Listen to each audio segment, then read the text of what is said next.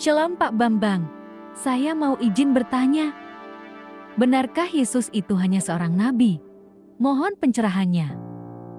Nabi itu menurut agama apa dulu? Pertanyaannya gitu. Kalau nabi menurut agama Islam misalnya ya, seorang yang menerima wahyu Tuhan tidak wajib menyampaikannya kepada umat.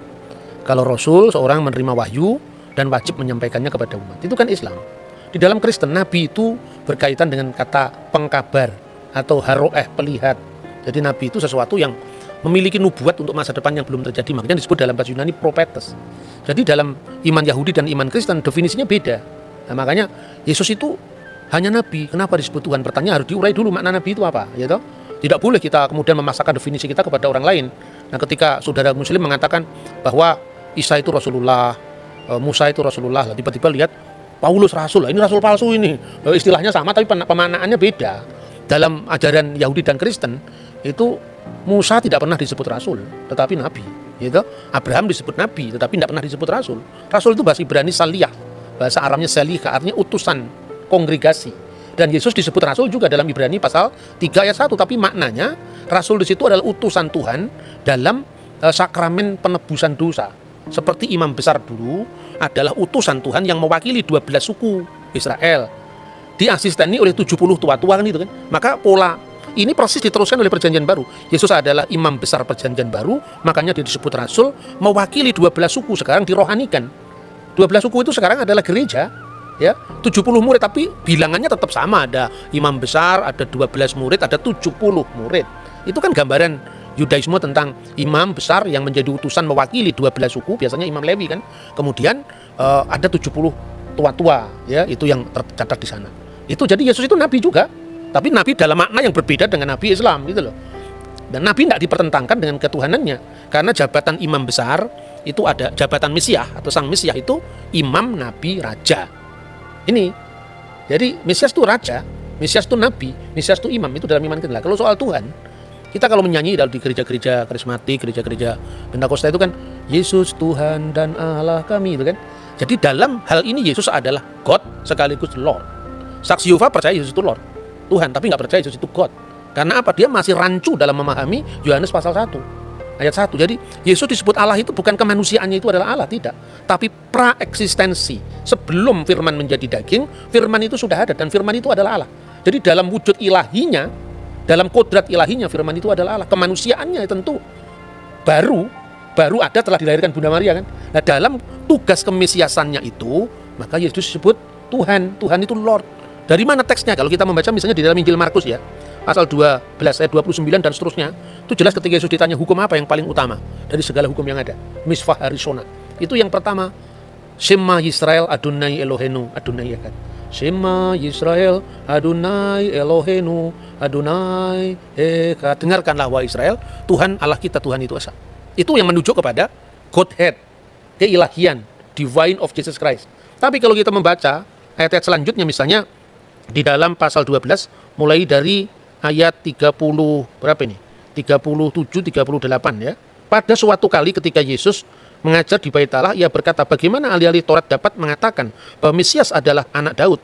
Daud sendiri oleh pimpinan Roh Kudus berkata, Tuhan telah berfirman kepada Tuanku, duduklah di sebelah kananku sampai musuh-musuhmu kutaruh di bawah kakimu.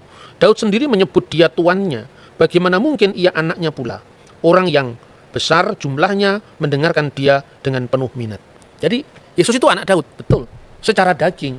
Makanya Injil Matius diawali dari inilah silsilah Yesus Kristus, the book generation, ya, Sefer Toledot Yesua HaMasiah. Buku generasi, buku silsilah Yesus Kristus ben David, anaknya Daud ben Abraham. Jadi secara daging dia anaknya Daud karena dia keturunan Daud. Itulah yang merujuk pada kemanusiaan Yesus Kristus. Makanya orang banyak itu kan kaget. Loh, katanya di Mazmur kan dikatakan dia adalah Tuan, Adoni, Tuanku. Bagaimana dia disebut tuannya Daud sekaligus anaknya Daud? Coba kita baca Mazmur ya Tehillim 110, kita baca di sana. Ayat 1 dulu, Mazmur Mesianik. Ya, Mazmur Mesianik, betul. Le David Mismor, Neum Adonai Ladoni, Sef Lemini Ad Asit Oyefeha, Hadom Relak Leha, menjadi tumpuan kakimu.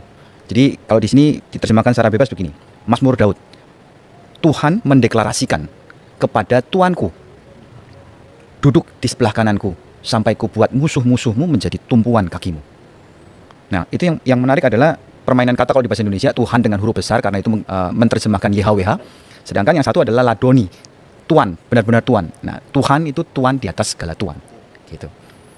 Nah, yang menarik di sini yang ayat keempat kali ya, Pak. Ini tentang keimaman.